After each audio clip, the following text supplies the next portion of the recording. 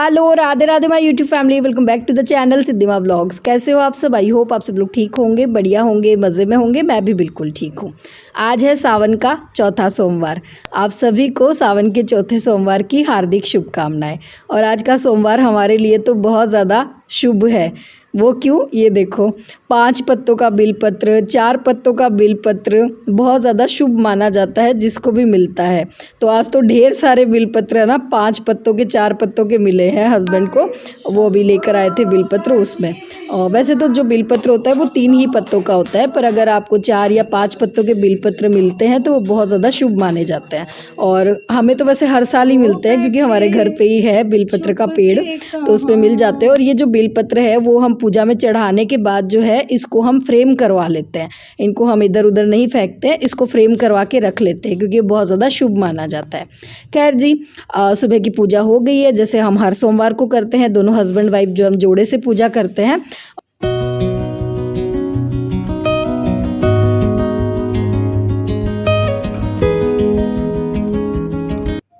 अच्छा, 1-2 सब्सक्राइबर पूछ रहे थे कि दीदी आप मंदिर नहीं जाते हो, घर पे ही पूजा क्यों करते हो? तो जी हमारे घर पे ही शिवलिंग है, इसी वजह से हम मंदिर नहीं जाके घर पे ही पूजा कर लेते हैं। और शिवलिंग आपको दिखाई इसलिए नहीं देते क्योंकि जब भी मैं पूजा का वीडियो डालती हूँ तो शिवलिंग पे बिलपत्र चढ़े हुए होते हैं, तो आप लोग सोचते हो कि पूजा किसकी करी हमने। तो शिवलिंग घर पे ही है, तो इस वजह से हम घर पे ही पूजा कर लेते हैं। और किसी ने पूछा था कौन से कलर की शिवलिंग है, तो जी हमारे यहाँ पे और वाइट कलर की शिवलिंग है। काफ़ी सालों से जो है घर पे ही है और हम घर पे ही पूजा कर लेते हैं। ठीक है जी, तो पूजा हो गई है और उसके बाद अब मैं डाल रही हूँ कपड़े सूखने के लिए। वैसे तो कल संडे था, कल कपड़े धुलने थे। मशीन मतलब जो ढेर सारा कपड़े लगते हैं वो कल संडे को ही लगती है। बुलबुल की सारी स्कूल की ड्रेसेस जो है संडे को धुलती है, पर कल कपड़े धुले नहीं। क्यों नहीं धुले? क्योंकि हमारे यहाँ पे शुरू हो गई है बिजली की कटौती, और ये मुझे पता नहीं था। कल अर्ली मॉर्निंग जो है हमारे यहाँ पे लाइट चली गई थी और करीबन 4 घंटे बाद जो है बिजली आई, और तब तक फिर काफ़ी लेट हो गई थी। तो इस वजह से कल फिर मैंने संडे को मशीन लगाई नहीं। फिर मैंने क्या करा, फिर मुझे पता चला कि अब मतलब कंटिन्यू ऐसे ही रहने वाला है कि सुबह सुबह कटौती होने वाली है। तो फिर मैंने कल करा, शाम को मैंने मशीन लगा दी थी। मतलब कल रात को ही जो मैंने कपड़े धोकर रख दिए थे और अब डाले हैं मैंने सूखने के लिए। मतलब इनको ड्रायर में मैंने सुखा के छोड़ दिया था और अब मैंने सूखने के लिए डाल दिया है। मैंने कहा वैसे ही करना पड़ेगा क्योंकि सुबह तो बिजली रहेगी नहीं, तो फिर कल भी यही सीन होने वाला है। तो मैंने कल रात को ही कपड़े धो दिए थे, तो बस कपड़े मैंने सारे डाल दिए सूखने के लिए। आज तो धूप अच्छी खासी है तो बाहर ही डाल दिए थे। और अभी मैं दिखा रही हूँ आप लोगों को कुछ कॉटन के सूट। हाँ जी, ये कॉटन के जो सूट है वो ऑर्डर करे हैं सुप्रिया जी ने, और ये है बिहार से। और उन्होंने कहा था कि दीदी मेरे सूट जो है वीडियो में दिखा देना और मेरे नाम ले देना। तो जी सुप्रिया जी ने ये ऑर्डर करे हैं और ये सूट मुझे भी काफ़ी ज़्यादा पसंद आए। कॉटन के सूट हैं, बांधनी प्रिंट में है और थोड़ा सा डिफरेंट है। मतलब इसका जो प्रिंट है, मतलब कुर्ती जो है वो बांधनी प्रिंट में है और बॉबी प्रिंट की जो है इसमें सलवार दी हुई है। तो ये मुझे भी अच्छे लग रहे थे। मतलब जब मैं उनका ऑर्डर पैक कर रही थी ना, वही है, कुछ ऑर्डर जो है हस्बैंड शॉप पे पैक कर देते हैं और कुछ ऑर्डर जो है मैं घर पे पैक कर देती हूँ किसी दिन अगर घर पे हो माल तो ये कुछ ऑर्डर उनके लिए मैं पैक कर रही थी और मुझे भी अच्छे लग रहे थे। तो मैं सोच रही हूँ कि 1-2 सूट मैं भी सिलवा लेती हूँ। 1-2 तो क्या, एक ही सिलवाऊंगी। आप लोग बताना कि मुझ पे कौन सा कलर ज़्यादा अच्छा लगेगा। ठीक है, मैं थोड़ा सा कंफ्यूज हूँ कि मैं कौन सा कलर जो है इसमें से स्टिच करवाऊँ। बाकी मुझे सबसे ज़्यादा ये वाला कलर अच्छा लग रहा है क्योंकि रेड, मैरून और मतलब येलो, ये सारे कलर तो मेरे पास है। ये थोड़ा सा हटके कलर हो गया था। तो आप लोग बताना कौन सा कलर ज़्यादा अच्छा है। ठीक है, चलो जी। और हाँ, अब रक्षाबंधन की तैयारियां शुरू हो गई है। अब जो है रक्षाबंधन बिल्कुल करीब ही आ गया है। तो ये मैंने बुलबुल के लिए सूट मंगवाया है मिंत्रा से। आज ही रिसीव हुआ है पार्सल, अभी मैंने खोल के देखा है। बहुत ही प्यारा आया है सूट। गुड्डू के लिए भी मंगवाया है पर गुड्डू का अभी तक आया नहीं है। मतलब 1-2 दिन में जब आ जाएगा तब दिखाऊंगी। बाकी ये मैंने बुलबुल के लिए मंगवाया। थोड़ा सा मैंने बड़ा साइज़ का मंगवा लिया। मैंने कहा फिटिंग करवा देंगे क्योंकि वही है, ये जो फेस्टिवल वाले कपड़े होते हैं ना, बच्चे एक दिन पहनते हैं फिर पड़े पड़े छोटे हो जाते हैं। तो मैं थोड़ा सा बड़ी साइज़ का ही मंगवाती हूँ ताकि मतलब फिटिंग करवा दो और फिर थोड़े साल बाद भी अगर बच्चा पहने तो वो पहनने में आ पाए। तो मैंने थोड़ा बड़ी ही साइज़ का मंगवाया। मतलब मैंने मंगवाया है करीबन 13 से 14 साल की उम्र में जो बच्चों को कपड़े आते हैं ना, वैसे मैंने मंगवाया है। तो आप लोग बताना, कपड़ा बड़ा अच्छा है इसका, मिंत्रा से मैंने मंगवाया है। और लिंक तो अब मैं दे भले ही दूँ, अगर आप रक्षाबंधन पे मंगवाना चाहो तो आप नहीं मंगवा सकोगे, पर लिंक मैं दे दूँगी। अगर किसी को पसंद आए, आप अपनी बेटी के लिए अगर लेना चाहो तो आप ले सकते हो। तो जी बस अभी मैं लग गई हूँ थोड़ा सा। आज मैं अर्ली मॉर्निंग उठ गई थी, काम मेरा सारा हो गया है, पूजा पाठ का अभी टाइम हो रहा है, करीबन 10 बज रहे हैं। तो अभी मेरे पास कुछ काम है नहीं, तो मैंने सोचा ये थोड़ी सी मेरी अलमारी जो है काफ़ी बिखरी हुई पड़ी थी, साड़ियाँ वाड़ियाँ मेरी इधर उधर हो रखी थी, तो मैंने कहा इनको ठीक कर देती हूँ। और हाँ, एक सब्सक्राइबर पूछ भी रही थी कि दीदी आप इतने इतने कपड़े खरीदते हो, आप कपड़े रखते कहाँ हो, आपके वार्डरोब में जगह तो होती है क्या? तो जी बात ये है कि हाँ, वार्डरोब में जगह होती है, ऐसा कुछ नहीं है। मतलब ये जो रूम है ना जिसमें मैं अभी तय लगा रही हूँ कपड़ों की, ये हमारा पुराना रूम हुआ करता था, मतलब जिसमें अभी हम लोग रहते हैं, जिस रूम में मैं सोती हूँ, मतलब हम लोग सोते हैं, वो तो अभी हमारा नया बेडरूम है। ये पहले जब मैं शादी होकर आई थी ना, तब हमारा ये बेडरूम हुआ करता था, और इसमें काफ़ी सारी वार्डरोब बनी हुई है, तो काफ़ी अच्छा खासा स्पेस है। तो मैं साड़ियाँ जो है वो इस वाले मतलब वार्डरोब में रखती हूँ, और जो मेरे सूट वगैरह हैं वो रखती हूँ मैं, जो हमारा बेडरूम है उसमें जो ड्रेसिंग लगी हुई ना, वहाँ पे मैं सूट वगैरह रख लेती हूँ। ठीक है, तो जगह की कोई प्रॉब्लम नहीं है उसमें कपड़े आराम से आ जाते हैं। ठीक है।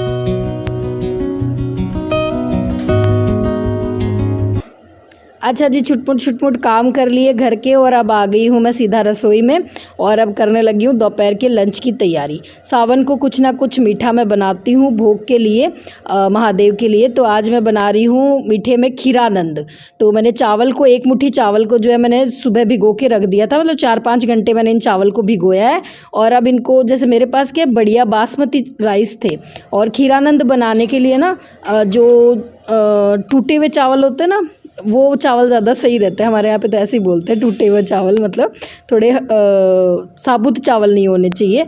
तो वैसे वाले मेरे पास थे नहीं, तो मैंने चावल, भीगे हुए चावल को थोड़ा सा हाथों से ही क्रश कर लिया, और फिर मैंने फुल मलाई वाले 1 किलो दूध में और उन चावल को डाल के और खीर पकने के लिए रख दी है।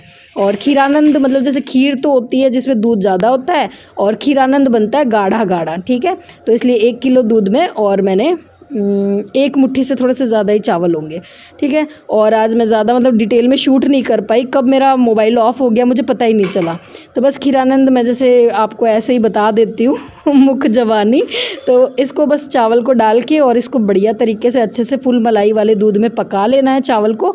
उसके बाद अपने टेस्ट के अकॉर्डिंग इसमें चीनी डाल देनी है, थोड़ा सा मैंने इसमें केसर डाल दिया था, थोड़ा सा मैंने फूड कलर ऐड कर दिया, और थोड़ी सी मैंने इसमें डाल दी थी किशमिश और इलायची पाउडर। तो ये बढ़िया सा खीरानंद हमारा बनके तैयार हो गया है। और साथ ही मैंने बनाई है आज आलू मटर की सब्ज़ी। तो आज जो भी खाना बनेगा बिना लहसुन प्याज का बना है। तो बस आलू मटर की सब्ज़ी बिल्कुल सिंपल तरीके से कुकर में ही छौंक दी थी, टमाटर मैंने डाल के और आलू मटर डाल के बना दी यार, समझ जाओ। ठीक है, और लास्ट में मैंने डाल दी है इसमें कसूरी मेथी। मतलब आज बताने वाला सब्ज़ी में ज़्यादा कुछ खास है नहीं, तो रेसिपी क्या ही बताऊँ, बस मैं ये दिखा रही हूँ कि आज मैंने बनाया क्या क्या है थाली में। और ये बिल्कुल बढ़िया वाली, और मैं सही बताऊँ ना, मुझे तो ज़्यादा लहसुन प्याज से ज़्यादा ना ये व्रत में जो सब्ज़ी बनती है ना आलू की झोल वाली, ये मुझे बड़ी अच्छी लगती है। हालांकि इसमें थोड़ा सा झोल मैंने ज़्यादा रखा है। और ये अभी जैसे अभी तो 11 बज रहे हैं जब मैं खाना बना रही हूँ, तो दोपहर में जब तक हम 2 बजे तक खाना खाएँगे तब तक ये बिल्कुल, और आलू जो है ना ये रस पी लेंगे, तो बहुत अच्छी बनती है ये सब्ज़ी। और बस वो सब्ज़ी बना दी है। और हाँ, अब एक स्पेशल चीज़ बना रही हूँ, इसकी मैं डिटेल में रेसिपी बता देती हूँ। तो आज मैं बना रही हूँ मालपुआ। तो मालपुआ बनाने के लिए मैंने करीबन 1 गिलास दूध ले लिया है, और फुल फैट वाला दूध लिया है, और उसमें मैंने डाल दी थी चीनी। ठीक है, चीनी मिक्स कर दी, और फिर उसके अंदर हमने ऐड कर दी 2-3 इलायची कूट कर। और अब इसमें डाल दिया है मैंने गेहूं का आटा, 1 कटोरी मैंने गेहूं का आटा डाल दिया है। और अब इसको अच्छे से मिक्स कर लेंगे, बिल्कुल भी गुठलियाँ नहीं रहनी चाहिए। ठीक है, तो आज मालपुआ बनाएंगे। और किस किस ने मालपुआ खाया है मुझे कमेंट्स में ज़रूर बताना, हमारे राजस्थान में तो बड़ा फेमस है। और सावन में जो है ना, एक बार खीर और मालपुआ ज़रूर महादेव को भोग लगाना चाहिए, उनकी फेवरेट मतलब वो है, मिठाई है।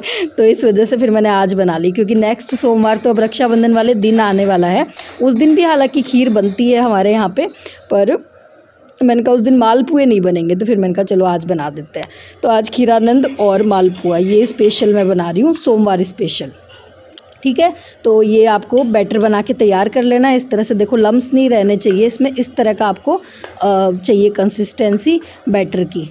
ठीक है, और फिर तवे पे बनाने वाले हैं। वैसे तो ये बनते हैं कढ़ाई में, मतलब खूब सारा घी डाल के, और इनको कढ़ाई में बनाया जाता है, पर वो थोड़े से ज़्यादा हैवी हो जाएंगे, मतलब उसमें ज़्यादा घी भी जलेगा। तो मैं इनको बना रही हूँ तवे पे ही। तो तवे पे आपको देसी घी डाल देना है और फिर इस तरह से इस बैटर को फैला देना है और फिर ऊपर से इस पे डाल देना है आपको थोड़े से ये ड्राई फ्रूट्स में मैंने थोड़े से पिस्ता को क्रश कर लिया था, थोड़ा सा मैंने क्या डाला है, क्या क्या चीज़ है इसमें, हाँ बादाम डाल दिया है। मतलब इन जो भी ड्राई फ्रूट्स आपके पास हो उनकी आपको कतरन करके और इस पे थोड़ा सा फैला देना। आप चाहो तो बैटर में मिक्स कर लेना, आप चाहो तो इस तरह से ऊपर डाल दो। ये थोड़ा सा देखने में अच्छा लगता है, इस वजह से मैंने इस तरह से इसको और ऊपर से डाल दिया है और बस फिर इसको हल्की हल्की आँच पे पका लेना है। बहुत ज़्यादा तेज़ आँच पे नहीं पकाना है, वरना तो ऊपर से तो जल जाएगा और अंदर से ये कच्चा रह जाएगा। अच्छा जी, मालपुआ तो बनते रहेंगे। इस बीच मुझे आप लोगों से एक बहुत ही ज़रूरी टॉपिक पे बात करनी है। हाँ जी, रक्षाबंधन आ रहा है और इसी टॉपिक पे मुझे बात करनी है। कल मेरी एक सब्सक्राइबर है, प्रियंका नाम है उनका, नागौर से है, राजस्थान से ही, और उनका कल कॉल आया। और हाँ, काफ़ी सारे सब्सक्राइबर पूछती हुई, दीदी हमें आपसे बात करनी है, हम कैसे बात कर सकते हैं। तो रात को 9 से 10 के बीच का मैंने टाइमिंग दिया हुआ है और मेरा जो व्हाट्सअप नंबर है बिज़नेस वाला, उसी पे आप मुझे कॉल कर सकते हो और उस पर आप मुझसे बात कर सकते हो। तो इसी के दौरान जो है प्रियंका जी को मेरा नंबर मिला और वो कह रही थी काफ़ी दिन हो गए दीदी, सोच रही थी आपसे बात करूं पर हिम्मत नहीं हो पा रही थी। मुझे लगा पता नहीं आप बात करेंगी या नहीं करेंगी, पर बाकी उन्हें मुझसे बात करके बहुत अच्छा लगा और मुझे भी उनसे बात करके बहुत अच्छा लगा। एक तसल्ली सी मिलती है कि हाँ चलो, अगर कोई इंसान अगर हमसे बात करके अगर उसको थोड़ी सी भी मैं खुशी दे पाऊँ तो मुझे अच्छा लगता है। तो वैसे तो बहुत अच्छा लगा प्रियंका जी से बात करके, पर जो वही है कि आज की दुनिया में सबके पास तकलीफ़ें हैं और सब हम ढूंढते हैं कि किसी को हम अपनी तकलीफ़ बता पाएँ। तो वही तकलीफ़ जो है प्रियंका जी ने मुझे बताई कि दीदी मैं जो हूँ और मेरा कोई भाई नहीं है, ना ही मेरी कोई बहन है, और मेरी खुद की 2 बेटियां हैं, जिस तरह से आपकी 2 बेटियां हैं, और मेरे कोई बेटा भी नहीं है। तो जब भी रक्षाबंधन आता है, मैं रक्षाबंधन पे तैयारी करती हूँ, तो मुझे जो है मेरे रिलेटिव्स, मेरे जो आस पड़ोसी लोग हैं, वो ताने मारते हैं, सुना जाते हैं कि तुम्हारा तो कोई भाई नहीं है, तुम क्या रक्षाबंधन की तैयारी कर रही हो। तो बड़ा दुख लगता है और हर रक्षाबंधन जो है मुझे रुला के चला जाता है। तो मुझे पिछले साल याद आ गया, मैंने एक व्लॉग डाला था, उसमें मैं जो है रक्षाबंधन की तैयारी कर रही थी, मैंने बेटियों के लिए कपड़े खरीदे थे। तो मुझे भी 1-2 जो नेगेटिव लोग हैं उन्होंने आके बोला था, तुम क्या ही रक्षाबंधन की तैयारी कर रही हो, तुम्हारी बेटियों की तो कोई भाई नहीं है। इस तरह से कमेंट आए थे और मैंने वहाँ पे कोई आंसर भी नहीं करा था। पर हाँ, मेरी कुछ सब्सक्राइबर्स हैं जो शायद खुद इस परेशानी में थी और उन्होंने आंसर करा था, उन्होंने अपने तरीके से आंसर करा था। तो आज मैं आप लोगों को थोड़ा सा जो मैंने प्रियंका जी को समझाया, मुझे लगता है कि शायद काफ़ी सारी बहनें ऐसी होंगी जो रक्षाबंधन पे ये कमी महसूस करती होगी। तो देखो ठीक है, कमी है ना, कमी है, पर इसको पूरा कैसे किया जाए। तो सबसे बेहतरीन तरीका मैं आपको बताती हूँ, जो मैंने अपने बच्चों को बताया। गुड्डू जब छोटी थी, हाँ हालांकि देखो ये नहीं है कि भाई का मतलब ये है कि मेरे बच्चे रक्षाबंधन मनाते हैं, उनके भाई हैं, कज़न ब्रदर है, उनके चाचा के बेटे हैं, उनको राखी वो बांधती हैं, उनके ताऊजी के बेटे हैं, वहाँ जाती है, बहुत सारे भाई हैं, सबको वो राखी बांधती है। पर हाँ, बच्चों को भी कभी कभी, छोटे थे तब फील होता था, अभी नहीं होता है जब वो समझदार हो गई है या मैंने उसको समझा दिया है। गुड्डू हमेशा कहती थी कि मम्मी मेरा भाई नहीं है, तो मैं किसको मानूं। तो मैंने जो है उसको और मिलाया कान्हा जी से, और जो आज आप लोगों भजन सुनते हो गुड्डू के व्लॉग में, तो वो लगाव जो है उसका तभी से शुरू हुआ कान्हा जी के लिए, और वो आज भी और उनको उसी तरह से देखती है। सबसे पहली राखी जो है मेरे बच्चे और भगवान जी को ही बांधते हैं। तो देखो, जब भी आपकी लाइफ में अगर इस तरह का कोई इशू आए, अगर इस तरह की कोई प्रॉब्लम आए ना, तो सही बताऊँ तो ईश्वर से बड़ा कुछ भी नहीं है, ईश्वर से बड़ा कोई रिश्ता नहीं है। अगर आपको कोई रिश्ता बनाना है तो ईश्वर से बना लो। अगर आपको किसी रिश्ते की अगर कमी महसूस होती है ना, तो वो रिश्ता आप अपने ईश्वर से जोड़ लो। ट्राई इट, कोशिश करो ये चीज़ करने की। Believe me, it will miracle in your life. इतना बड़ा बदलाव आ जाएगा आपकी ज़िंदगी में, इतनी पॉजिटिविटी आपकी लाइफ में आ जाएगी, आपको किसी चीज़ की कोई कमी महसूस नहीं होगी। और ये चीज़ मैंने खुद महसूस की है, ठीक है। मैं, ऐसा नहीं है कि कहीं मैंने पढ़ लिया और मैं आपको बता दूं, ऐसा कुछ नहीं है। ये चीज़ मैंने खुद अपनी ज़िंदगी में महसूस की है कि जब आप ईश्वर के करीब होते हो ना, तो आपको किसी और रिश्ते की परवाह नहीं होती, आपको दुनियादारी की परवाह नहीं होती, आपको फ़र्क नहीं पड़ता कि कोई आपको क्या बोल रहा है, कोई आपसे क्या कह रहा है, ठीक है ना। जब भी आपको तकलीफ़ हो किसी भी बात की, हम क्या करते हैं, जब कोई तकलीफ़ होती है हम बाहर ढूंढने जाते हैं कि भाई कोई मिल जाए, हम उसको तकलीफ़ बताएं। मुझे जब कोई तकलीफ़ होती है, मैं ढूंढती हूँ अपने ईश्वर को, मैं जाती हूँ उनके पास, जो भी मेरी प्रॉब्लम होती है उनको बताती हूँ। उनके सामने जो भी आंसू मेरे निकलने होते हैं वहीं पे मेरे निकल जाते हैं, जो भी मुझे सॉल्यूशन चाहिए होता है वहीं पे मुझे मिल जाता है।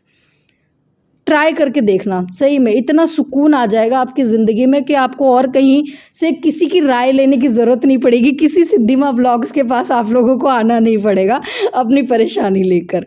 तो जो सिद्धिमा व्लॉग्स आप लोगों की परेशानियों के हल बताती है ना, वो सिद्धिमा व्लॉग्स अपनी परेशानियाँ उनके साथ शेयर करती है। और सही बताऊँ ना, जिस दिन आपने अपने ईश्वर का हाथ कस के पकड़ लिया ना, आपको किसी और चीज़ की ज़रूरत ज़िंदगी में महसूस होगी ही नहीं। मतलब इतनी पॉजिटिविटी आपकी लाइफ में आ जाएगी, इतना विश्वास, इतनी ये मजबूती आपकी लाइफ में आ जाएगी, आपको किसी भी चीज़ की ज़रूरत नहीं पड़ेगी। जो आप कह रही हो ना प्रियंका जी, क्या मतलब रिश्ता नहीं है, देखो रिश्ते होते हैं, ठीक है, भाई बहन का रिश्ता होता है। कोई प्रॉब्लम हम अपने भाई बहन से शेयर करते हैं, वो सुनेंगे, वो एक कान से सुनेंगे, दूसरे से निकाल देंगे। क्यों? क्योंकि आजकल सबकी लाइफ में प्रॉब्लम्स चल रही हैं, वो अपनी ज़िंदगी की लाइफ की प्रॉब्लम्स में इतने उलझे रहते हैं कि वो हमें क्या ही कुछ बताएंगे, है ना? तो इससे अच्छा कि आपकी जो भी प्रॉब्लम्स है आप अपने ईश्वर के साथ शेयर करो, क्योंकि वो सिर्फ आपके लिए हैं, वो सिर्फ आपकी सुनेंगे, है ना? तो इससे बड़ा रिश्ता आपकी ज़िंदगी में कोई हो ही नहीं सकता। तो किसी भी रिश्ते की, भाई बहन के रिश्ते की मैं बात नहीं कर रही, किसी भी रिश्ते की अगर आपको कमी महसूस हो ना अपनी ज़िंदगी में, तो वो रिश्ता आपको जोड़ लेना है अपने ईश्वर के साथ। कोई कमी नहीं रहेगी ज़िंदगी में। ट्राई करके देखना, ठीक है? ज़िंदगी बहुत ज़्यादा मस्त हो जाने वाली है। खैर चलो, ज्ञान बहुत हो गया और किसी को मेरी ये बातें बकवास भी लगेगी, पर उसका मेरे पास कोई इलाज नहीं है। इसी के साथ करूँगी इस वीडियो को यहीं पे एंड। उम्मीद करूँगी वीडियो पसंद आया हो। Tata bye bye, Radhe Radhe जी।